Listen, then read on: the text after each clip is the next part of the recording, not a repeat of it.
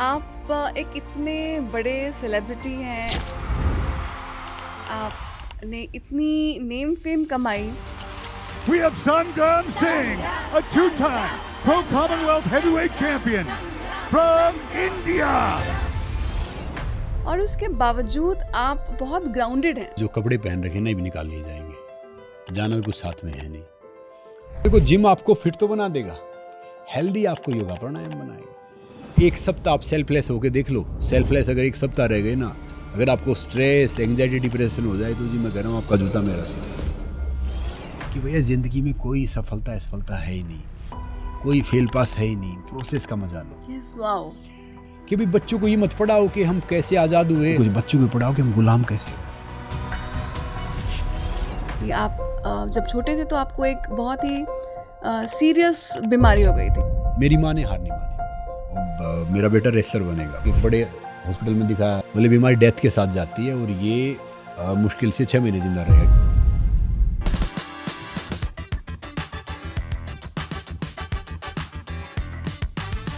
संग्राम जी, आपका बहुत बहुत स्वागत है पीएमसी हिंदी चैनल में। Thank you Kajal ji, thank you for inviting me. आप एक इतने बड़े सेलिब्रिटी हैं, आपने इतनी नेम फेम कमाई और उसके बावजूद आप बहुत ग्राउंडेड हैं, आप बहुत हम्बल हैं। तो इसका मतलब आप एक मोटिवेशनल स्पीकर भी हैं, मुझे ऐसे पता चला। तो ये इसका सीक्रेट क्या है आपकी ये मल्टी डायमेंशनल पर्सनैलिटी का? देखो काजल जी, जो कपड़े पहन रखे ना भी निकाल लिए जाएंगे, जाना भी कुछ साथ में है नहीं। तो क्या घमंड, क्या फेम, क्या पैसा, क्या सारी चीज़। मुट्ठी बंद करके आए थे, मुट्ठी खोल के जाना है। अपना कुछ है नहीं। तो इंसान जहाँ से आया है ना, जब वो सारी चीज़ें देखता है ना, देखो याद रखो, किसी को बाप दादा की कमाई मिल जाती है या कोई धन मिल जाता है तो उसने वो संघर्ष देखा नहीं होता है, तो वो उस तरीके से बात करेगा, वो व्यवहार करेगा। और एक मैं बताता हूँ, पैसे से है ना गद्दी मिल सकती है, बुद्धि नहीं मिल सकती। और ढेर सारे मैं देखता हूँ, इतने गरीब देखता हूँ जिनके पास पैसे सिवाय कुछ होता ही नहीं। और पैसा है ना आपकी शक्लें सुधार सकता, और नस्लें नहीं सुधार सकता। तो हम जहाँ से आए हैं, बहुत हम्बल फैमिली से आए हैं। और मेरा मानना ये है कि मेरे लिए ना सब बराबर है। मेरे लिए रिक्शा चालक भी बराबर है, कोई अधिकारी बराबर है, प्राइम मिनिस्टर साहब भी बराबर है, सब बराबर है। We all are human. तो हम सब सेम हैं। और एक्चुअली देश है ना, देश किसी की उससे नहीं बनता। आपने अपने हिस्सा काम कर लिया, मैंने अपने हिस्सा काम कर लिया, उन्होंने अपने हिस्सा काम कर लिया, हमारे देश बनना भी स्टार्ट हो गया। तो जब हम सब भागीदार हैं, सब बराबर हैं, तो क्या बड़ा क्या छोटा। और एक पुरानी कहावत है, अगर आप जड़ों से जुड़े हो ना, कोई काटोगे फिर हरे हो जाओगे, कोई काटेगा फिर हरे हो जाएंगे। तो जड़ से जुड़े रहो। तो संग्राम जी, इस वक्त हम एक शिफ्ट लेते हैं आपके बचपन की ओर। तो ऐसा मुझे पता चला कि आप जब छोटे थे तो आपको एक बहुत ही सीरियस बीमारी हो गई थी, रूमेटॉइड आर्थराइटिस। तो एक बच्चे को 3 साल के आप थे शायद उस समय, तो एक बच्चे के लिए वो फीलिंग कैसी थी? आप उससे कैसे बाहर निकले? आप खड़े कैसे हैं? देखिए, जो बीमारी होती हैं, सारी चीज़ें होती हैं, वैसे बीमारी कुछ होती है, इतना बड़ा शरीर है। अच्छा। तो एक आधी बीमारी तो चाहिए ना। Being normal is boring, be crazy for everything. तो जब मैं बचपन में क्या था कि वो रूमेटिक अर्थराइटिस, जिसके डॉक्टर बताते 30 प्रकार का होता है। तो पैरों से दर्द स्टार्ट हुआ। शरारती तो देखो गांव में होते ही बचपन से, और जिस बच्चे ने शरारत नहीं की या नहीं किया तो फिर वो बचपन भी बचपन नहीं ही नहीं है। है। क्योंकि हमारे तो देश के मुखिया आज तक शरारती हैं। नहीं तो मतलब शरारती थे। तो पैरों से दर्द स्टार्ट हुआ, फिर धीरे धीरे धीरे धीरे दर्द आगे आता गया। तो किसी ने बोला पेट में कीड़े हैं, किसी ने बोला कि भैया यहाँ पे हो सकता है शायद कोई पेट ठीक नहीं है, किडनी ठीक नहीं है, लीवर ठीक नहीं है, ये ठीक नहीं है। तो देसी वैद्य, डॉक्टर जहाँ से जो भी दिखा सकते दिखाया घर वालों ने। और बहुत हम्बल फैमिली से हम आए हैं। वहाँ से आए हैं कि पैरों में जूते नहीं होते थे, बस का किराया नहीं होता था। एक इससे बड़ा सा एक मिट्टिया घर होता था, वहाँ पे एक गाय होती थी, उसमें हमारी, मैं, मेरी माताजी, मेरे बड़े भाई साहब, बहन, मेरी बड़ी बहन और मेरे पिताजी आर्मी में थे, नॉर्मल एक उस जॉब पे तो आते थे। तो हम सब उसमें रहते थे। तो जितनी उनकी क्षमता थी उन्होंने दिखाया, फिर उधर धीरे धीरे आगे आ गया। फिर एक टाइम ऐसा हो गया कि मैं अपने हाथ से अपना मुंह धो सकता था।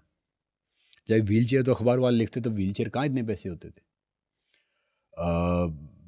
फिर चारपाई पे रहते, तो ये बीमारी ऐसी है कि इसमें आँखें खुल जाती थी, फिर बॉडी मूव नहीं होती थी, शरीर मूव नहीं होता था। फिर धीरे धीरे लंगड़ा के, लकड़ी के सहारे, इसके सहारे धूप निकलो तो चलता था मैं। और तब नेचर कॉल के लिए बाहर जाना पड़ता था, तो ऐसे प्रॉब्लम दिक्कत होती थी। मगर मेरी माँ ने हार नहीं मानी। वो बाहर लेके आए कि एक बड़े हॉस्पिटल में दिखाया दिल्ली, ऐसे पैसे वैसे मांगे, इधर उधर से इकट्ठा किए। तो उन्होंने बोला भैया इस बच्चे को बाहर बैठा दो। तब मैं था 7-7.5 साल का, 7-8 साल के बीच में। बोले बीमारी डेथ के साथ जाती है और ये मुश्किल से 6 महीने जिंदा रहेगा, क्योंकि मैं स्ट्रोक पे आ गया था। और इस बीमारी का इलाज 99.9% है ही नहीं, और मुश्किल से 6 महीने साल रहेगा, ये क्यों परेशान हो रहे हो। तो मेरी माँ ने हार नहीं मानी, उसने कहा नहीं ठीक होगा, तो मेरा बेटा रेसलर बनेगा, पहलवान बनेगा। अरे बाप रे। हाँ, तो मैं भी बाहर सुन रहा था। तो पिछले 30-32 साल से, 32-35 हो गए हूँ शायद, ना मैं डॉक्टर ही मानता, ना उनको जानता, ना मैं उनकी सुनता। हमारा एक चैनल भी है, नो डॉक्टर नो मेडिसिन करके शो है। नहीं, पता है क्या है कि आई रिस्पेक्ट ऑल डॉक्टर्स, क्योंकि वो बहुत कुछ ऐसा काम करते हैं कि जहाँ पे उनका ज़रूरी है। मगर मेरा मानना ये है कि शरीर 5 तत्वों से बना है। 5 तत्वों में हर बीमारी आप क्योर कर सकते हो। Nature is our future, nature में सब कुछ है। मैं कोई भी बीमारी होती किसी की, खाली पेट कोई मेरे पास आ जाए तो मैं उसकी नाड़ी पकड़ के बता देता हूँ, अब इतना अनुभव हो गया है। ये नहीं कोई मैं वैद्य हूँ या डॉक्टर हूँ, क्या कुछ है। मैंने अपने शरीर पे इतना एक्सपीरियंस हो गया है कि कोई बीमारी होती है, कोई चीज़ होती है, मैं उस चीज़ को एंजॉय कर लेता हूँ, फिर ठीक कर लेता हूँ। दूसरों की भी कोई चीज़ होती है, आपको किसी को तकलीफ है, कुछ भी है, मैं बताऊँगा 7 दिन में आपको रिजल्ट दिखाई देंगे। ताकत बनाने से लेके, चेहरा चमकाने से लेके, हर चीज़ से लेके, वजन घटाना। अब देखो दिक्कत क्या है कि जो आजकल के जो बच्चे हैं, यूथ है, सारे पता क्या सोचते हैं, ये 0 साइज हो जाए, 6 पैक हो जाए। मैं कहता हूँ कि वो सब के सब है ना गलत रास्ते पे जा रहे हैं। और गलत रास्तों पे किसने कर रखा है, कोई अपने कुछ प्रोडक्ट बेचने वालों ने या इन सब करने वालों ने। भैया 6 पैक 0 साइज फिटनेस है ही नहीं। कोई ट्रेनर है, कोई दूसरा जी आपका वेट घटा देंगे, 0 साइज बना देंगे। आपको एक्सरसाइज करो ताकतवर बनने की, कि भैया मुझे शक्तिशाली बनना है, उसका वर्कआउट करो, उसमें आपका वेट भी कम हो जाएगा, सब कुछ कम हो जाएगा।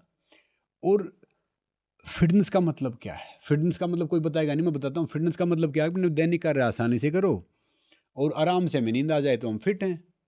फिर हेल्दी पर्सन का मतलब ये है। फिर किसी के लिए 10 किलोमीटर भागना फिटनेस है, किसी के लिए 1 किलोमीटर भागना फिटनेस है, कोई 1 घंटा वर्कआउट करता है, कोई 10 घंटे वर्कआउट करता है। तो ये वेट कम करना ज़्यादा नहीं है, आप कितने हेल्दी हो ये देखो और उसके लिए प्रोसेस करो। पहले क्या था कि एक बार ये रिफाइंड ऑयल जब आया, बहुत मार्केटिंग की गई, घी खराब है और तेल खराब है और सरसों का तेल खराब है, दूसरा तेल खराब है, देसी घी खराब है, क्योंकि वो लॉन्च करना था। और पब्लिक क्या होती है कि उसको जो चीज़ दिखेगी, ये एडवर्टाइजमेंट है ना, ये बड़े आदमियों को, अमीर इंसान जो पैसे से, बड़ा तो इंसान देखो क्या होता है, उसकी सोच से होता है, उसके व्यवहार से होता है। और बड़ा इंसान वो होता है कि किसी उसके पास बैठे कोई छोटा फील ना करे। जो जिसके पास पैसे थे, ये एडवर्टाइज उनके लिए बनाई गई थी, भैया ऐड के वो खरीदेंगे। मगर दिक्कत ये है कि वो तो खरीदते नहीं है। जो आम इंसान है ना, वो खरीद के वो अमीर दिखने चक्कर में वो और गरीब हो जाता है। तो हेल्थ का इसका मैं सबको एक बात ही कहना चाहूँगा, उस पर तो मैं आऊँगा कि भैया आप 6 पैक 0 साइज चक्कर में मत पड़ो, वो फिट नहीं है। मैं कई मेरे दोस्त हैं बहुत जो नामी बॉडी बिल्डर हैं, मतलब देश के, उनको लीवर से लेके किडनी से लेके ढेर सारी बीमारी है। क्योंकि क्या है कि नमक छोड़ देते हैं। मैं नहीं कहता कि मेहनत नहीं करते, देखो एक बात याद रखना, कोई गलत नहीं है, सब अलग है। फिर वो उस बॉडी पे काम करने के लिए, उस जैसा बनाने के लिए, बाकी नए बच्चे सोचते हैं वाह क्या मसल्स हैं, वो लड़कियाँ 0 साइज फिगर है, वो लड़के का ये फिगर है, उसका वो है। वो सब है ना एक भ्रम है, दिखावा है। एक्चुअली हेल्दी बॉडी क्या है कि आप चाहे का वेट ज़्यादा है या कम है, आपका टम्मी बाहर है या अंदर है, थोड़े मोटे हो या पतले हो, आप हर रोज़ नॉन स्टॉप वर्कआउट करना स्टार्ट कर दो। योगा करो, प्राणायाम करो। देखो जिम आपको फिट तो बना देगा, हेल्दी आपको योगा प्राणायाम बनाएगा। उससे आप फिट हो जाओगे, एक्सरसाइज होगी। मगर एक सही चरम तक पहुंचने के लिए क्या है, जिंदगी श्वासों पे टिकी है ना, सांस तो गिन के हैं, अगर सांस जब हम वर्कआउट करते हैं तो उसके बाद सांस की जो वो है वो डाउन आती है, जिसको हम पल्स बोलते हैं, ये सब बोलते हैं, तो फिर वो उतनी एज बढ़ती है। अब हम जो सब भाग रहे हैं ना, सब बता रहे हैं, चाहे ट्रेनर है, चाहे दूसरा है, चाहे तीसरा है, वो गलत पढ़ा रहे हैं। देखो वो कहते हैं ना कि इस जगत में सब कुछ उल्टा ही है। वो कहते हैं ना कि उल्टा नाम जग जपा जग जाना, वाल्मीकि वही ब्रह्म समाना। वाल्मीकि साहब ने राम राम नहीं बोला, मरा मरा बोला, तब राम निकला था। आप राम राम बोलो थोड़ी देर मरा मरा निकलेगा, मरा मरा बोलो तो राम राम निकलेगा। क्योंकि हमने जगत क्या बनाई है कि देखो चलती हुई गाड़ी कहे, कोई गाड़ी क्या होता है जो गड़ जाए, जो खड़ी हो जाए, कुछ नहीं, हम कोई दिखेगा क्या कमाली गाड़ी है। सही को भई कहे, भई क्या होता है जो बह गया, जो कुछ है ही नहीं, सही बोलना चाहिए उसका। और दूध को कहे खोया, कि भैया खोआ निकाल दिया ना, ताकतवर हो गया, दूध को फाड़ के वो करके तो खोआ निकलता है। सारी देख जगत की रीत, कहत कबीरा रोया। तो हम क्या है कि हम एक उस चक्कर में हैं कि हम जो दूसरी चीज़ है ना वो प्रभावित करती है। कोई एक घर बना लो, आप बड़ा कमाल का सुंदर घर बनाओ, उसमें ना वो घर में से एक ईंट निकाल दो या एक ईंट थोड़ी वैसी लगा दो, तो जितने भी इंसान आएंगे वो सब आके उस ईंट के बारे में बात करेंगे। वो कोई सुंदर घर नहीं देखेगा कि भैया यहाँ पे कितना कमाल का है, ये चीज़ क्या है, क्योंकि हमने वो फितरत तो बना ली है ना। इंसान की सोच, उसका शरीर एक उस मक्खी की तरह है जो पूरे स्वस्थ शरीर को छोड़ के वो जख्म पे बैठती है। अभी आपने कुछ समय पहले सांसों की बात करी थी, तो इस पर कबीरदास जी ने भी कुछ बोला है, आप सुनाएंगे? मोहे कहाँ ढूंढे रे बंदे, मैं तो तेरे साथ हूँ, ना मैं मंदिर, ना मैं मस्जिद, ना मैं काबे कैलाश में, मैं तो तेरे साथ में।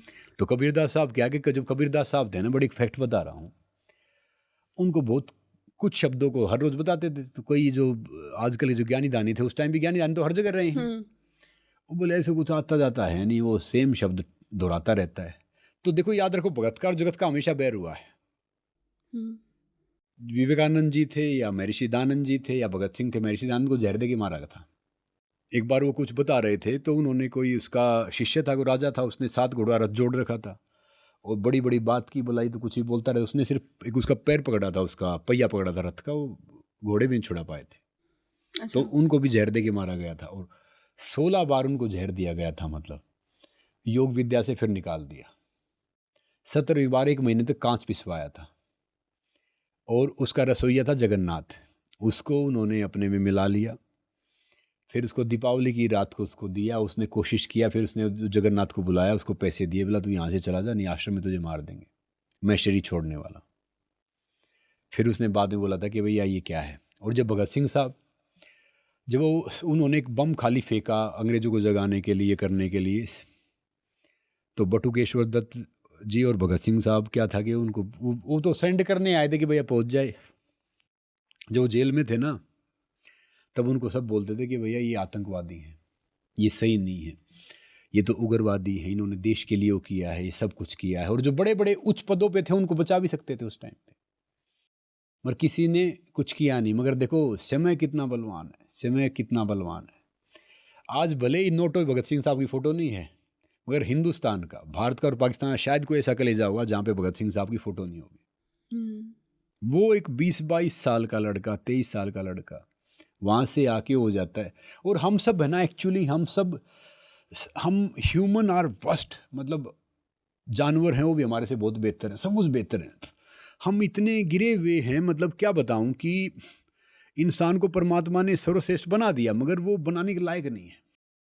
देश आज़ाद हो गया, चंद्रशेखर आज़ाद की माँ, वो चंद्रशेखर आज़ाद साहब शहीद हो गए, फादर उनके चले गए। 80 साल की एक बुजुर्ग औरत जो बेचारी अकेली है, उसको बोलते थे आतंकवादी की माँ। देश आज़ाद होने के बाद हम कहाँ, मतलब कहने लायक। वो बेचारी पूरे दिन में क्या करती थी, थोड़े से गेहूं या किसी ने दे दिया वो करके पानी पी लेती थी।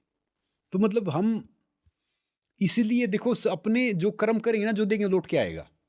बटुकेश्वर दत्त, वो जाके बोला बेचारा कि जी मैंने भगत सिंह साहब के साथ था जब मैं वो उसमें असेंबली में बम फेंका, तब वो जज साहब क्या कह रहे हैं, सर्टिफिकेट लेके आओगे आप उसके साथ, प्रूफ लेके आओ। तो वो बेचारा इतनी गरीबी में मरा है कि किसी कारखाने में काम कर करके, कुछ कर करके उसकी जो हालत हुई है ना, तो मैं कह रहा हूँ कि हम सही इंसान तो हैं नहीं। जिन्हें कारण हम आज़ाद हुए, जिन्हें कारण हम सांस ले रहे हैं, इंसान की फितरत वो है, किसी कोई अंधा होगा बचपन से, उसकी अगर आंखें खुल गई ना, दिखने लग गया, तो सबसे पहले पता किसको फेंकेगा? वो छड़ी जो उसके साथ 20 साल से है। तो इंसान को छोड़ के बाकी सब में बहुत प्यार है, अपनापन है, सब कुछ है। इवन शेर जैसा जानवर भी आपको पहचान लेगा, उसमें भी इमोशंस हैं। मगर इंसान के इमोशंस हैं ना, वो कोई ना कोई स्वार्थ के कारण आते हैं। सेल्फलेस बहुत कम हो पाते हैं, कहीं ना कहीं स्वार्थ छिपा रहता है। जब आप बोलते जी स्ट्रेस है, एंग्जाइटी है, डिप्रेशन है, मैं कह रहा हूँ एक सप्ताह आप सेल्फलेस होके देख लो। सेल्फलेस अगर एक सप्ताह रह गए ना, अगर आपको स्ट्रेस, एंग्जाइटी, डिप्रेशन हो जाए, तो जी मैं कह रहा हूँ आपका जूता मेरा सिर है। यानी कुछ भी जो हम काम कर रहे हैं, जो भी करना है भैया, अपने लिए नहीं करना है, उस तरीके से करना है। मगर हम तो क्या है कि वो आपने कहावत सुनी है, एक बार मैंने एक ओशो साहब की कहानी सुनी थी। अच्छा। कि एक फकीर जा रहा था कहीं से, और कमंडल था नहीं उसके पास में, कमंडल जो मांगते हैं। तो उसने सोचा यार ऐसे कोई दे नहीं रहा, क्या करें। उसको एक सूखा सा कोई एक ऐसा तंत्र मिला, वो कोई खोपड़ी थी, और खोपड़ी है ना बिल्कुल ही ऐसी हो गई थी कि अभी कुछ जैसे पात्र जैसी। तो उसको उसने थोड़ा सा धोया हुआ, उसको लेके चल दिया, उसमें कुछ उसने बना लिया। वो कहीं भी जाता, उसमें कुछ भी डालता, भरता ही नहीं। वो भिक्षा मांगने चला गया, एक दिन देखा उसने, 2 दिन देखा, 3 दिन देखा, वो हैरान हो गया कि यार इसमें कोई भी चीज़ डाल रहे हैं, भरता ही नहीं है। तो फिर किसी ने उसको समझा कि भैया इंसानी खोपड़ी है ये, और जीते जी नहीं भर सका तो मरने के बाद कहाँ भरेगी ये। तो वही है कि हम सब भाग रहे हैं, पता नहीं किस चीज़ के पीछे भाग रहे हैं, पहुँचना किसी को कहीं नहीं है, बस हम भाग रहे हैं। तो मैं हमेशा एक बात बोलता हूँ, हर जगह जाता हूँ तब, कि भाई बच्चों को ये मत पढ़ाओ कि हम कैसे आज़ाद हुए, हमने क्या किया, हम कैसे हो। कुछ बच्चों को पढ़ाओ कि हम गुलाम कैसे हुए। हमने एकता तोड़ दी, भाईचारा तोड़ दिया, परिवार तोड़ दिया, थोड़े से स्वार्थ के लिए, थोड़े से पैसों के लिए, थोड़ी सी चीज़ों के लिए। वो चीज़ समझाओ उनको। किसी बच्चे को बड़ा भी करना है ना, तो उसको बचपन से समझाओ कि भाई वो share is care, sharing is caring. हाँ, शेयरिंग इज केयरिंग, कि भैया जो भी चीज़ है, अगर आप मिल बांट के खाते हो, शरीर को भी ज़्यादा लगती है, और उससे आप सेटिस्फाई भी ज़्यादा होगे, हेल्थ भी अच्छी होगी। हेल्थ कोई खाने पीने से थोड़ी होती है। अब अगर खाने पीने से कोई होता है, वो देखिए अपनी मंडी देखिए, लाला जी बैठे रहते ढेर सारे, हैं जलेबी ले आना, अरे वो ले आना, अरे पपड़ी ले आना। वो 5 kg अब बट्टा नहीं उठा सकते। एक चौकीदार होता है ना वहाँ पे, पल्लेदार होता है, वो उनकी चटनी रोटी खा के, अचार लेके वो 100 kg बोरिया डालता है। हेल्थ खाने से नहीं होती है। कहीं कोई सोचे कि भैया मैंने ये डिब्बा खा लिया, हम ताकतवर बन गया, मैंने ये खा लिया, वो ताकतवर बन गया। आजकल तो ये विटामिन और ओ माय गॉड ये कार्ब नहीं मिले, उतने वो नहीं मिला। मैं कह रहा कहाँ जा रहे हैं हम, क्या है बताओ। ये सब फालतू है। ये दुकानदारों ने अपनी दुकान खोल के बैठे हुए हैं। सूखी रोटी प्याज खाओ आप, चबा चबा के, आप पल के ताकतवर। साथ में खुशी से खाओ, खुशी से मिल बांट के। हाँ, खुशी से खाओ, घी खाओ, दूध पियो, जो नेचुरल चीज़ है वो खाओ। नहीं वो ये जी ये बाहर से आया है, कल मैंने देखा बाहर से आया है, ये जी ऑक्सीजन लेवल पूरा कर देता है। कमाल के यार, आपका तो दिख नहीं रहा पूरा भैया, तो आप तो ले घूम रहे हो। बोला नहीं जी आपको ऐसे लग रहा है, मैं लग कर रहा हूँ भैया, आप तो वैसे थके तक लग रहे हो। तो एक मेरा दोस्त है डॉक्टर, मैं बोल तो सकता नहीं, मैं बोलता था कि भैया मुझे सबसे बीमार तो आप ही लगते हो। बोला मतलब? अरे मैंने कहा भले आदमी, देखो को क्या करेंगे। मैंने ज़्यादातर देखे कुर्सी बैठे बैठे फाट करते रहेंगे, दूसरे की बीमारी डायग्नोस करते रहेंगे। तो इसमें नहीं कह रहा कि सब सेम है। तो उसने बोला कि भैया ये लीवर साइरस पता नहीं कुछ ऐसी बीमारी का नाम लिया, ये ऐसे होती है सिरोसिस, हाँ समथिंग कुछ ऐसे। हमें तो बीमारी का नाम ही नहीं पता। मैं डॉक्टर साहब आपको ही होगी। बोला क्यों, मेरे स्पेलिंग ही नहीं आती, हमें हमारे कहाँ से होगी। पहले तो क्या होता था कि ऐसे वैद्य थे, ऐसे महापुरुष थे, ऐसे होते। मुझे आज भी याद है, एक बार मैं खेत में जा रहा था, मेरे दादाजी बोले कि धूप थी, बोला आज गोरैया चिड़िया ना लेट रहे, बारिश आएगी। अब मैंने सोचा यार कैसे बारिश आएगी, ये तो धूप निकली है, बड़ा सही मौसम है, बोला शाम तक बारिश आ जाएगी। तो मतलब देखा, और कसम से शाम को बादल और बारिश आ गई। नेचर से कनेक्शन। सुनो तो आज अपना मौसम विभाग तो बोलता आज बारिश आएगी, तो समझ लो 7 दिन आएगी नहीं आएगी तो 7 दिन के बाद हम पकड़ पाते हैं। आजकल तो फिर भी थोड़ा एक्यूरेट हो गया है। तो वो अनुभव था। देखो याद रखो, अनुभव बगैर कार्य किए, फेल हुए बिना नहीं आता। अब बहुत से बच्चे क्या करेंगे आजकल नहीं के, तो हम तो फेलियर को सोचते हैं कि अरे मैं तो फेल हो गया, मैं सुसाइड कर लूँ। आपने ही एक कोटा का एग्जाम्पल दिया है कि वहाँ पे आपने इतने सारे बच्चों को देखा कि जो अपने माता पिता को लेटर्स लिख रहे थे कि I am sorry I could not do this, तो फेलियर पे क्या पर्सपेक्टिव है आपका? देखो मेरा ही मानना ये है कि मैं सबको कहना चाह रहा हूँ, चाहे कोई ये हमारे वो छोटे बहन भाई हैं, युवा दोस्त हैं या दूसरे हैं, कि भैया ज़िंदगी में कोई सफलता असफलता है ही नहीं, कोई फेल पास है ही नहीं, प्रोसेस का मजा लो। Yes, wow, such we should enjoy process. अब बहुत से बोलते हैं कि भैया मैंने ये चीज़ वो पाले, वो कहते हैं ना कि ज़िंदगी क्या है, पा लेने की बेचैनी और खो देने का डर, यही ज़िंदगी का सफ़र। कोई चीज़ नहीं मिलेगी भैया, पता नहीं क्या है क्या है क्या है, जब जैसे वो सोचते हैं बाकी कुछ है। मैं कहता हूँ ना कि मैंने कोशिश की, फेल हुआ, फिर कोशिश की, फिर फेल हुआ, फिर से कोशिश की, फिर फेल हुआ, मगर बेहतर फेल हुआ, आगे पास हो गया। वो फेल उस पास से बहुत बेहतर था, बहुत बड़ा था, और बहुत एक अपने तरीके में वो था। जैसे आजकल के बच्चे ढेर सारे आते हैं, वो अपना फोकस भटका देते हैं, वो रिलेशनशिप में आ जाते हैं। बड़ी अच्छी बात है भैया, प्रेम करना चाहिए, प्यार करना चाहिए, वो दूसरी बात है, मगर वो प्यार एक शारीरिक आकर्षण है उनका। प्यार में है ना, ब्रेकअप नहीं होता, सांसें ब्रेक हो जाती है। अभी बच्चे बोलते हैं कि भैया वो I love you, I am there for you, I ये सब, एक गुलाब का फूल देंगे। अब मैं हंसता हूँ, मैं समझाता हूँ उनको, बेटा कि गुलाब देने से मोहब्बत होती तो माली पूरे शहर का महबूब होता, क्योंकि गुलाब तो सारे वही लेके आता है। अब कईयों लव मैरिज कर लिया और बाद में झगड़ते हैं। देखो शादी, दो इंसान अलग है, जब बहन भाई अलग हैं, दो भाई भाई अलग हैं, तो भैया दो तो एक डिफरेंट इंसान मिल रहे हैं ना, उनका कैसे जमेगा, थोड़ा सा विचारों करने पड़ते हैं। तो एक बोला कि भैया वो देखो, इसको दाल बनाने नहीं आता, इसको खाना बनाने आता, कंकड़ निकल रहे। मैंने कहा बेटा ये कंकड़ वो नहीं है, ये कंकड़ वो हैं जो तुम दोनों ने नदी के पास बैठ के फेंके थे ना, वो दाल में आ रहे हैं। क्योंकि क्या है कि वो उस चीज़ की मैच्योरिटी नहीं समझते। जब आप मैच्योर हो जाओगे ना, we mature with damage not age. अगर हम जिंदगी में ढेर सारी उठापटक देखेंगे, अगर सब कुछ सही चल रहा है, रास्ता ठीक है, सीधा है, तो नो चैलेंजेस, अब तो फिर उसका मजा क्या? इसी में भी सीधी रेखा मतलब है डेथ। तो उसका मतलब क्या है? जिंदगी में मजा तब है, उसका मतलब तब है कि भैया जब ऊपर नीचे नीचे ऊपर जाएंगे तभी तो उसका आनंद है ना। नहीं तो फायदा क्या है? और मेहनत तो करनी पड़ती है। गुरु द्रोणाचार्य ने एक बड़ी बात कमाल की बोली है कि अर्जुन, अगर मेहनत तेरे दाएं हाथ में होगी तो भाग्य तेरे बाएं हाथ में होगा। मुझे बोलते जी भाग्य से ये हो गया और भाग्य से वो हो गया जी, ये आपका ये भारी चल रहा है और दूसरा भारी चल रहा है, तीसरा हल्का चल रहा है, चौथा हल्का चल रहा है। तो मैं बसता रहता हूँ भैया, बड़ी अच्छी बात है जो बताते, सही बात है। ये कोविड आया तो किसी ने भविष्यवाणी की थी कि इतना सब होगा, वो सारी चीज होगी। तो मैं नहीं कहता कि कोई गलत है कोई सही है, सब सही है। बाकी बात आ गई ध्यान पे। अब ढेर सारी जगह जाओ तो कहेंगे मेडिटेशन करना चाहिए, फिर पूछेंगे जी मेडिटेशन कैसे करना चाहिए? बोला आंखें बंद कर लो, आंखें बंद कर ले।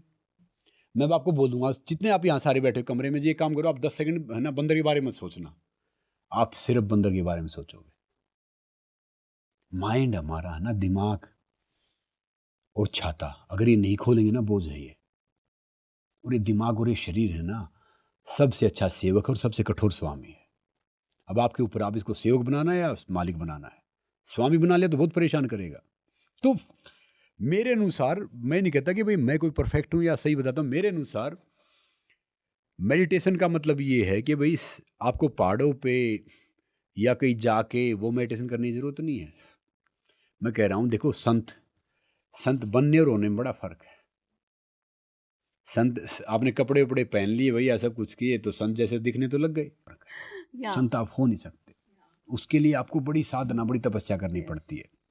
वो कहते थे कि एक कहावत थी कि जो नया बच्चा आएगा, शायद आपने सुना होगा, तो एक पंडित लक्ष्मीचंद हुए हैं, हरियाणा से हो आप, तो शायद आपने पढ़ा हो। तो उनकी डेथ हो गई थी 40s से पहले, मगर उन्होंने वो बड़ी कई कमाल की बात बोली है। और वो बात जो उन्होंने बोली ना, आज वो सारी बातें सच हो रही हैं। तो एक आज के ज़माने में एक बाबा बनना, संत बनना, साधु बनना बड़ा आसान कार्य है। मेकअप छोड़ दो, आप बन जाओ, आप छोड़ दो सब कुछ, भाग जाओ हर परिस्थिति से, आप बन गए भैया, भाग जाओ। सही बड़ा संत वो है जो सामाजिक दायित्व निभा के और एक सही तरीके से मर्यादित जिंदगी जिएगा, एथिकल तरीके से, ईमानदारी से, तो वो सही मायने में संत है। तो भैया मेडिटेशन का मतलब ये कई बोलेंगे कि उसको अपनी सांसों को देखो, मगर मेरा मानना है कि मेडिटेशन ये है कि भैया बैठ जाओ अपने साइड में, 5 मिनट अपने आप से बात करो कि भाई मैं कौन हूँ, क्या हूँ, मेरा क्या उद्देश्य है, मैं क्या कर रहा हूँ या क्या कर रही हूँ। तो वो आपको, आपकी रियलिटी सिर्फ 2 इंसान जानते हैं। एक तो आपका ये, इससे आप झूठ नहीं बोल सकते। एक वो परमात्मा, परमात्मा ऊपर नहीं, परमात्मा कण कण में है। क्योंकि हम तो देखो पत्थर ही पूजते हैं, हम तो हर जगह पूजते हैं, क्योंकि जो सनातन धर्म है ना वो बहुत साइंटिफिक है। वो इतना साइंटिफिक है कि आप उसको रिलीजन ले नहीं सकते। वो तो मतलब एक किस्म से अमृत है। उसकी कोई भी चीज़ देख लो वो साइंटिफिक तरीके से आएगी। अब आप चाहे कुछ भी उठा के देख लो, देवता कौन होता? देने वाला। देवता ये थोड़ी कि हमने मूर्तियाँ बना दी, ये तो हमने बना दी। वो हम फिर वहाँ पे जाके अच्छा सोचते तो वो स्थान वो हो जाता, उसमें जो वाइब्रेशन है वो पॉजिटिव हो जाती है। देवता कौन है? 5 तत्व के शरीर बना है। ये क्या है? फायर। ये क्या है? एयर, यानी आग, हवा, आकाश, पृथ्वी, जल। और 90% बीमारी आज मैं बता भी जाऊंगा कि इन्हीं से ठीक हो जाती है। देखो, इन हाथों से और इन पैरों से। कहीं मसाज भी करो तो यहाँ किया करो। कभी आपको जब मेडिटेशन करना होता है तो हम ऐसे बैठते हैं ना, क्योंकि हमने आग को और हवा को मिला दिया। फिर जो ज़्यादा होता है तो भैया हमने आसमान को और आग को मिला दिया। ज़्यादा आपका वो माइंड में है तो। मगर आज से मैं कमाल की चीज़ बता रहा हूँ। देखो, आप ऐसे मिलाते हो तो इनका नाखून जरूर मिला करो। बगैर नाखून मिले उतना फ़ायदा होता नहीं है। कभी भी अगर आपको ऐसे मिलाया तो माइंड में थोड़ा सा तो आप नहीं मिला लिया, और आपको एसिडिटी है तो 10 मिनट ऐसे बैठ गए। आपकी अगर खांसी जुकाम कुछ है, आज से देखना, विटामिन की कमी है जो बहुत से बच्चों, जो ये सारे बच्चे बोलते कि भैया मैंने मल्टीविटामिन खाया और मैंने ये नहीं खाया, तो 10 मिनट ऐसे बैठ जाओ ऐसे जी। ये आपका, मैंने आग को और पृथ्वी को मिला दिया तो आपके सारे विटामिन पूरे हो गए। सिर्फ 10 मिनट बैठ जाओ, अपने ऑफिस में बैठ जाओ, कोई काम करते बैठ जाओ। यूरिन बर्निंग है तो भैया वाटर एलिमेंट को आपने आग को और उसको पानी को मिला दिया। तो सारी तो ये आयुर्वेदा जो सारी चीज़ें कितनी कमाल की चीज़ें तो है ना। आपको प्यास लगी है, आपके पास नॉन स्टॉप है, तो अपनी टंग को पीछे कर लो। देखो, खाना कैसे खाना है, पानी कैसे पीना है, ये सब कैसे करना, 98% तो पता ही नहीं बेचारों को। क्या खाना है, क्या नहीं खाना और कब खाना है। पानी पीना बहुत सेहत के लिए फ़ायदेमंद है, अगर पानी गलत तरीके से भी बहुत नुकसानदायक है। खाना खाना हमारे शरीर को हष्ट-पुष्ट बनाता है, मगर खाना बीमार भी कर देता है। तो वो चीज़ सोचनी है हमें कि भैया सही चीज़ क्या है और सही चीज़ तरीका कैसे है। तो सही तरीका एक ही है कि भैया नेचर के दोस्त बन जाओ। यस। नेचर के अनुसार सो, नेचर के अनुसार जागो। सबसे अच्छा, किसी ने मेरे से पूछा जी सबसे अच्छा फ्रूट कौन सा है? मैंने कहा जो बाजार में हर रेडी पे दिखे, हर जगह दिखे, सबसे अच्छा फ्रूट है, क्योंकि वो उसका सीजनल फ्रूट है। सब्जी भी वही है। तो हम कहेंगे जी वो देखो ये है ना जी, ये एप्पल है ना, फ्रांस से आया है, ये न्यूजीलैंड से आया है, पैसे वाला। वो फ्रांस का खा रहा है, न्यूजीलैंड का खा रहा हूँ जी। ये ग्रेप्स है ना लाल वाले, ये अमेरिकन है। बड़ी अच्छी बात। अरे मैं कह रहा हूँ कि अमेरिकन ठीक है भैया, वहाँ पे सारी चीज़ ठीक है, मगर ये तो सिर्फ भारत ऐसा देश है, हिंदुस्तान ऐसा देश है जहाँ पे सब कुछ सही है। नहीं तो बाहर देखो तो हर दूसरे तीसरे आदमी के ऊपर एक मनोचिकित्सक है। मतलब मेंटल पेशेंट है वहाँ पे हर दूसरा तीसरा इंसान, क्योंकि ईक्यू खत्म हो गया है। सबसे जिंदगी में जरूरी, खाने पीने से भी जरूरी है आपका ईक्यू। ईक्यू क्या होता है? Emotional questions. और एक थॉट है ना, जिंदगी चेंज कर देती है, जिंदगी बना भी सकते। तो इसलिए मैं कह रहा हूँ कि भैया अपने माइंड में नॉर्मल थॉट आने दो। मैंने हिस्ट्री से लटक लटक के एमए किया है, मगर तब तो पढ़ा नहीं, स्कूल में था। आजकल थोड़ा सा पढ़ने को मिल रहा है, देख रहा हूँ, जा रहा हूँ। एक साउथ अफ्रीका में एक पैदा हुआ था, उसका नाम था केविन कार्टर, फोटोग्राफर था। तो एक बार सूडान में भूकंप आया और उसने, सूडान में बहुत भूकंप था, उसने एक पिक्चर खींची एक बच्चे की, वो जिसको ईगल है ना। ईगल। देखो मैं बताता हूँ कि एक सोच, एक माइंड कैसे है। तो उसने पिक्चर खींची और जल्दी जल्दी में था, गाड़ी में बैठा और आ गया। उसको, उसकी पिक्चर को जैसे ऑस्कर अवार्ड नहीं होता, जैसे पुलित्ज़र समथिंग कोई पुरस्कार होता है फोटोग्राफी में, पुलित्ज़र, हाँ मैं समथिंग कुछ, देखो आप तो पढ़े लिखे हैं आप बताएंगे। तो उसको अवार्ड मिल गया, उसकी बड़ी वो हो गया और सारी चीज़ हो गई। तो एक प्रेस कॉन्फ्रेंस में पूछा कि एक पत्रकार ने, अरे भैया उस बच्चा क्या हुआ जिसकी आपने फोटो खींची? तो बोला कि मैं तो जल्दी में था, मैं फोटो खींच के आ गया। तो उसने अगले दिन सिर्फ एक लाइन लिखी थी कि उस फोटो में एक गिद्ध नहीं था, 2 गिद्ध थे। एक फोटो खींच रहा था, दूसरा उसके मरने का इंतजार कर रहा था। वो एक लाइन उसको इतना हर्ट कर गई कि उसने विद इन 6-7 मंथ सुसाइड कर लिया। 30s 40s के अंदर सुसाइड कर गया। तो मैं कह रहा हूँ कि एक शब्द जो आपका दिमाग है ना, कुछ भी हो जाए, अपना दिमागी संतुलन बना के रखो। हार जीत, जीतना हारना, चलना फिरना, लाभ हानि कुछ भी नहीं है। अगर ये हमारी सोच सही है ना, ये महर्षि दानंद जी भी यही बोलते हैं, स्वामी विवेकानंद जी भी यही बोलते हैं कि सबसे बड़ी हार ये है कि भैया जो हमारी सोचन शक्ति है, जो हमारे में वो विश्वास है, अगर वो ख़त्म हो गया तब हम ख़त्म हैं। पैसा ख़त्म होने से हम ख़त्म नहीं हैं। शरीर भी चला गया वो भी आ जाएगा, पैसा भी आ जाएगा, सामाजिक प्रतिष्ठा भी आ जाएगी, सब कुछ आ जाएगा, मगर जो सोच और जो विश्वास चलेगी ना, वो बिल्कुल नहीं आएगा। तो और दूसरा, अपने शरीर की हिफाजत धन से ज़्यादा करो। धन तो आप फिर भी कमा लोगे, मगर धन आपका शरीर नहीं कमा पाएगा। अब जो ढेर सारे होते हैं ना, जो ढेर सारे बड़े बड़े मैनेजमेंट गुरु होते हैं आजकल मैं देखता हूँ, जो ढेर सारे सिखाते हैं इनको मैनेजमेंट, जो एंटरप्रेन्योर जिसको बोलते हैं आजकल, वो भाषा हो गई है। उन एंटरप्रेन्योर को गांव के इंसानों सीखना चाहिए।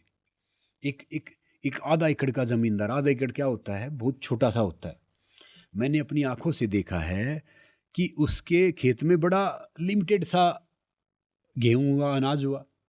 वो तोल रहा था ना, उसने बोला पहला तड़खड़ा राम का, मतलब राम का मतलब उसने पहले का वो गिनता नहीं है। और ये सब चोर इतने बैठे हैं कि भैया वो राम को तो छोड़ो, ये तो अपने आप को बेच दे, पता नहीं किसको बेच देगा। उन्हें सीखना चाहिए उनसे। मेरे दादाजी की जब डेथ हो रही थी, मैं छोटा था, ज़्यादा बड़ा था नहीं। उसने बोला कि भैया मैंने 17 रुपये उससे लिए थे, उसको लौटा देना, मिला नहीं मुझे, और 320 रुपये उससे ले रखे हैं।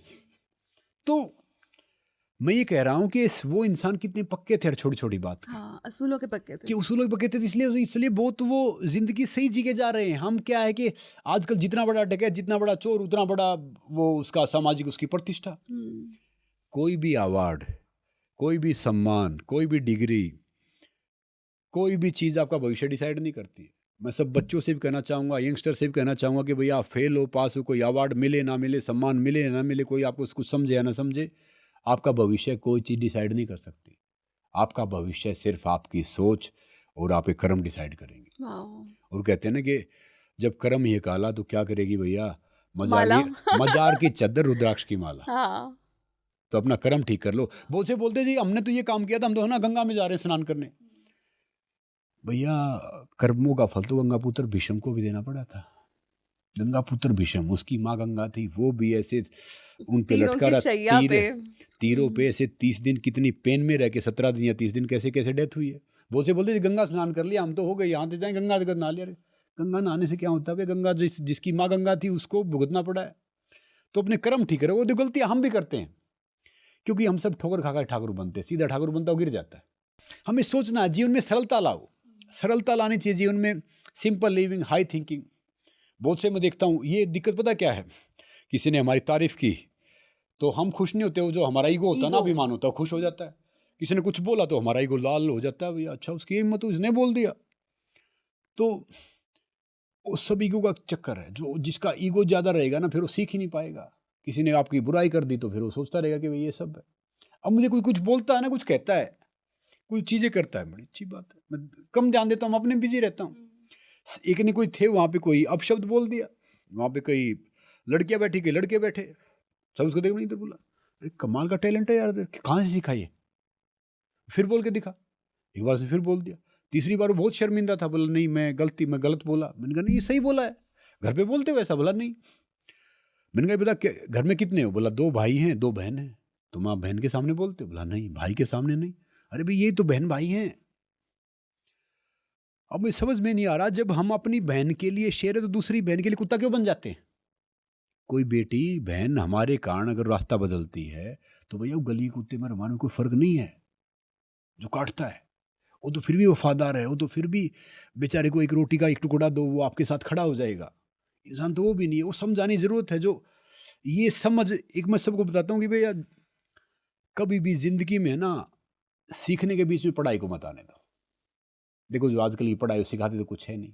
मैं को ले आना वो था तो नालायक, उसने देखा कि भाई हिंदुस्तान तो गुलाम हो ही नहीं सकता, यस। इनकी शिक्षा पत्ती बहुत मजबूत है, ढेर सारे गुरुकुल हैं, ढेर सारी चीज़ें हैं, तो इनकी शिक्षा तोड़ दो। अब हमारे कायदे भी लिखे होते हैं ना, मैंने बोला था ये धर्मेंद्र प्रधान जी जो हमारे एजुकेशन मिनिस्टर थे उनको भी बोला था कि एक चैप्टर मॉरल वैल्यूज का, एक स्पोर्ट्स का चैप्टर आप कर दो।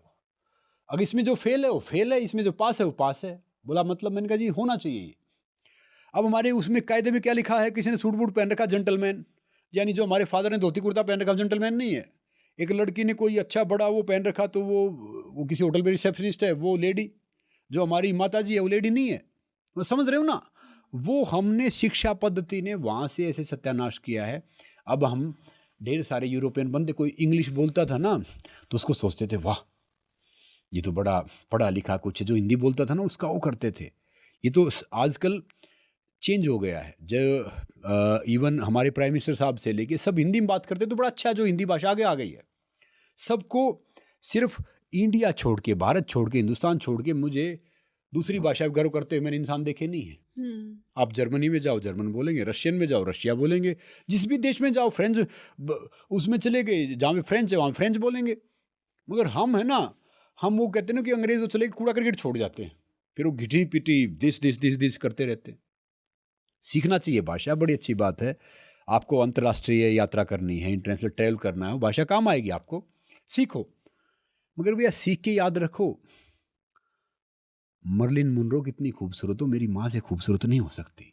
भैया आप अपनी माँ को छोड़ दोगे जहाँ से आप बड़े हुए हो, तो आपका फिर आधार खत्म हो गया ना। कोई घर बना रहे हो, दीवार है, उसके बाहर डिस्टेंबर हो रखा हो, दीवार गिरने वाली, अगर अंदर से मजबूत नहीं, नींव मजबूत नहीं है तो आप लो उतना, सब कुछ हो करो। वो कहते हैं ना कि वो कौवा चला उसकी हंस की चाल, वो अपनी चाल भी चलना भूल गया। मैं यही बात कहता हूँ कि भैया आप गधे को कितना निहारा लो, गाय तो बना नहीं सकते, गधा तो गधा ही रहेगा। वो गधे को भी उससे भी गुण सीखो। आप अपने आप को क्यों चेंज कर रहे हो कि भैया हमें ये बनना है। गधा कितना मस्त रहता है, कितना वेट डाल दो, कितना कुछ करो तो मस्ती चलता रहता है, उसमें गुण है। तो जो विश्व गुरु हम थे पहले, अब फिर से हम कोशिश कर रहे हैं, क्योंकि हमने वो संस्कृति दी, हमने वो चीज़ें दी, हमने पूरे संसार में दिया। अब जो बाहर का अब मुझे घूमने का मौका मिलता है, अमेरिका से लेके मैं काफ़ी जगह जाता हूँ, तो देखता हूँ कि वो सब हमारी पद्धति को अपना रहे हैं, हम दूर उधर जा रहे हैं। तो कम टू पॉइंट पे आ जाते हैं। मेडिटेशन का मतलब ये है भैया कि आप आराम से बैठो, आंखें बंद कर लो, और जो भी विचार आ रहे हैं आने दो, अपनी सांस, हाँ, सिर्फ उसको ऑब्जर्व करो, अपनी सांस थोड़ी छोटी रखो, और ये देखो कि भैया आपके माइंड में क्या चल रहा है, क्या आपने आज किया है, क्या आप कर सकते हो। परमात्मा का शुक्रिया अदा कर दो आंख बंद करके। फिर जब आप शुक्रिया अदा करोगे ना, gratitude is the best attitude, तो आप अपने आप उसमें आ जाओगे। और दूसरी बात, हर छोटी छोटी चीज़ के लिए हम थैंक यू बोलते, तो उसको भी बोल दो, माता पिता को भी बोलो। जो एक्चुअली परमात्मा है ना, वो माता पिता है, गुरु है। ये सिर्फ 3 इंसान ऐसे हैं जो चाहते हैं कि वो बेटा या बेटी उनसे ज़्यादा सक्षम हो, वो शिष्य या शिष्या उनसे ज़्यादा आगे जाए। तो उनसे, अब आपने टीचर बोला ना, मैं कह रहा हूँ, जो आजकल हम बड़ी बड़ी बात करते हैं, स्ट्रेस, एंग्जाइटी, डिप्रेशन, मैं कह रहा हूँ कि अध्यापक को उसकी छड़ी लौटा दो, अध्यापक देश में अनुशासन लौटा देगा। आजकल ये कहते हैं ना कि जी ये कर दिया, और मेरा तो ये वो कर दिया, वो बड़े बड़े बस्ते हैं, ये सब कुछ है, सारी चीज़ें टीचर ने डांट दिया। मैं कह रहा हूँ डांट बहुत ज़रूरी है। जो कहते हैं ना, नहीं मैं तो प्यार करो, 10 से 18 साल तक कठोर शिक्षक बनना चाहिए बच्चों का। क्या है कि सिर्फ 2% लोग बच्चों की परवरिश करते हैं, 98% सिर्फ पालते हैं। कुत्ता अपने बच्चों को पालता है, शेर परवरिश करता है। तो परवरिश करो उनकी वैल्यूज़ के साथ में। अब नहीं मेरा बच्चा ये, अरे उनको जब आप कुछ ताप ही नहीं आने दोगे तो क्या फ़ायदा है। अब जो मजदूर घर बनाते हैं, इनके बच्चे कहाँ हैं, होते ही कहाँ खेलते हैं, उनको होते हैं बीमार, इतना सब कुछ हो गया, ऐसे घूमते रहते हैं ठंड में, उसमें। हम उस शरीर को वैसा बना लेते हैं। सुविधाएं दो, खिलाने पिलाने की, अच्छे शिक्षा दिलाने की, बाकी सुविधाएं कुछ मत दो। बाकी उसे कठोर शिक्षक बन जाओ, उनको एहसास कराओगे 1 रुपया ऐसे कमाया जाता है, बाकी चीज़ें से वो किया जाता है। दूसरे की बहन बेटी हमारी बहन बेटी है, दूसरे पैसा उसका पैसा है, दूसरा जो वो है हमारा भाई है। हम तो सब हैं ही अपना परिवार। और ये देश है ना, देश सरकार से नहीं चलता है, देश संस्कार से चलता है। और देश है ना, देश कोई एंटरप्रेन्योर या कोई नेता या फिर कोई अधिकारी नहीं चलाते। इस देश को पता है कौन चलाता है? मास्टर का, कुम्हार का, किसान का, मजदूर का, लोहार का बेटा बेटी देश चलाते हैं। ये भूल जाओ। कोई डीसीएसपी अगर आपका फ़ोन नहीं उठा रहा है या आपको बदतमीजी कर रहा है तो उसको तभी सुना दो उसको कि जो हम टैक्स भर रहे हैं ये आपको उसके कारण ही कुर्सी और आपके कारण उसकी सैलरी है। ये आप अपने अधिकार समझो ना। हमारी हार वो नहीं कि दुनिया में नहीं पहचानती, हमारी हार वो है कि हम खुद को नहीं पहचानते। शेर और चीता कितने ताकतवर हो, मगर भेड़िया कभी सर्कस में परफॉर्म नहीं करता। उसके बच्चे को उठा के देख लो आप, भेड़िया के बच्चे को, वो पूरा शहर तहस नहस कर देगा, गांव तहस नहस कर देगा। तो सबको ये पहचानना कि भैया मेडिटेशन का मतलब क्या है कि अपने आप को पहचानना कि आप हो कौन, आप क्यों हो, आप किस लिए आए हो, आप क्या करने वाले हो, आप क्या करने वाले हो। कोई भी चीज़ बुरी नहीं है, कोई भी वो बुरा नहीं है जब तक उसका याद रखो। कर्म होता ना, जो अच्छे कर्म करो या पाप करो, बस फर्क ये होता है कि अच्छे कर्म का परिणाम आपको उधर मिल जाता है, पाप का थोड़ा सा परिणाम बाद में मिलता है। पाप की मैंने परिभाषा दी है वो कार्य है जो समाज को अच्छे नहीं है। क्या पता वो जो कर रहा है उसको चीज़ ठीक लग रही हो। तो इसलिए याद रखो कि हमें 2025 आ गया, अंग्रेजों का नया साल आ गया है। हमारा तो नया साल आता है उसमें जब फसल आ जाती है, जब ऋतु बदल जाती है, जब मौसम बड़ा अच्छा होता है, पेड़ों पे फूल आ गए, सब कुछ हो गया। अंग्रेजों ने तो हमारे साल को अप्रैल फूल बना दिया, कितने बदमाश थे। अच्छा। हाँ, अप्रैल फूल बना दिया हमारे साल को। तो क्योंकि क्या था कि ये कोई इसमें इतनी ठंड पड़ती है, सब पेड़ों से पत्ते चले जाते हैं, कुछ है भाई, ठीक है तो ठीक है, नववर्ष मना हुआ तो, क्योंकि वो अब तो भी हमारे ही, अंग्रेज भी हमारे ही हैं। थोड़े दिन बाद अब बाहर के देश कहाँ रहे, देखो हिस्ट्री देखो। आजकल आप इंग्लैंड जाओ वो वहाँ भारत है, कनाडा जाओ वहाँ पे भारत है, अमेरिका जाओ वहाँ पे भारत है। तो बाहर के रहे कहाँ भैया, मुट्ठी भर रहे हैं हम तो, जहाँ जाएंगे। पहले जनसंख्या हमारी कमजोरी थी, मगर अब जनसंख्या हमारी ताकत है। हम जहाँ पे जाते हैं वहाँ पे छा जाते हैं। देखो ये तो बात सही है, हमारे में जो आत्मविश्वास है वो भर भर के। तो संग्राम जी, आजकल ये धारणा है कि प्रोटीन जो है वो खाली एनिमल प्रोडक्ट से मिलता है, माने कि आपको मांस खाना पड़ेगा। और ये जो भी अपने शरीर को बनाना चाहते हैं, डॉक्टर्स तक रेकमेंड करते हैं कि आप नॉनवेज खाइए। तो आपने कैसे इस शरीर को बिल्ड किया है? आप मौसमी खाना खा के, शाकाहारी खाना खा के आप बहुत ताकतवर हो सकते हैं। भगवान राम शाकाहारी थे, भगवान कृष्ण शाकाहारी थे, महावाचक संत नानक, गुरु नानक शाकाहारी थे। तो जब ये सब शाकाहारी थे तो हम कहाँ से वो करेंगे। तो इसीलिए जो इस ब्रह्मांड का सबसे ताकतवर जीव, ताकतवर इंसान शाकाहारी है। हाथी, हाथी, घोड़ा सोएगा तो खड़ा खड़ा सोएगा, और घोड़ा बैठ के सो रहा तो घोड़ा बीमार है। तो शाकाहार में बहुत ताकत है। शाकाहार अपनाओगे तो आपका चेहरा चमकेगा। अब मैं 40s में MMA कर रहा हूँ, जो 20s का स्पोर्ट्स है, और मैं MMA करने वाला, टर्न करने वाला, MMA, हाँ, mix martial art, mix martial art, combat sports. मुझे तकरीबन मौका मिला, पिछले 30 साल से मैं रेसलिंग कर रहा हूँ, मैच्योर प्रोफेशनल, जो मौका मिलता हम कर लेता हूँ। क्यों करता हूँ? ड्यू टू शाकाहार, ड्यू टू दूध, घी, जो होममेड फूड, मीठे में खाओ, जगरी खाओ, मिश्री खाओ, गुड़ खाओ, मतलब गुड़, शहद, मिश्री, खांड, ये खाओ। बहुत से बोलते मीठा नहीं खाना, अगर मीठा नहीं खाओगे तो आपकी स्किन क्वालिटी, टेस्टोस्टेरोन लेवल बनेगा ही नहीं। मेल हो या फीमेल हो, आजकल देखते हैं ना कि बहुत समस्या आती है कि भैया वो लड़कियां माँ नहीं बन पा रही हैं, लड़के बच्चे पैदा करने में सक्षम नहीं। तो कहाँ से, जब आप खाओगे नहीं तो कहाँ से आएगा? ये चीज़ें करो आप। ये फिर मैं शाकाहारी हूँ, तो मैं 40s में ये कर रहा हूँ। मुझे कोई इंजरी होती है ना, बहुत जल्दी रिकवर हो जाती है। हाथ आप क्या शुरू से शाकाहारी थे या बने? मेरे गांव, मेरे घर में तो अंडा बनता था ना, तो मेरी दादी के बर्तन बाहर फेंक देती थी। अच्छा।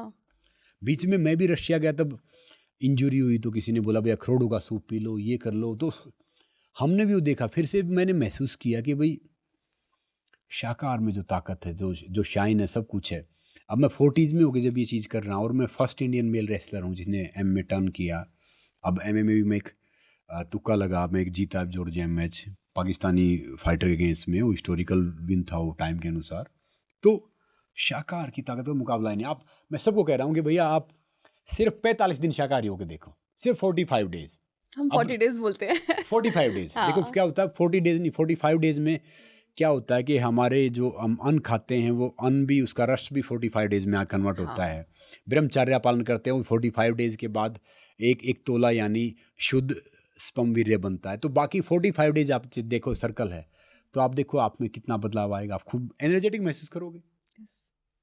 और रही बात, जब मैं बता रहा था, पॉइंट पे आ जाता हूँ कि भैया डॉक्टर ने बोला था कि मैं 6 महीने जिंदा रहूँगा, ये सब होगा। तो मेरी माँ ने हार नहीं मानी, मुझे दिन में 10 12 15 बार मसाज करती थी, कभी तिल के तेल से, कभी देसी घी से, कभी आयुर्वेदिक ऑयल से, कभी किसी चीज़ से, ऐसे मसाज करती थी।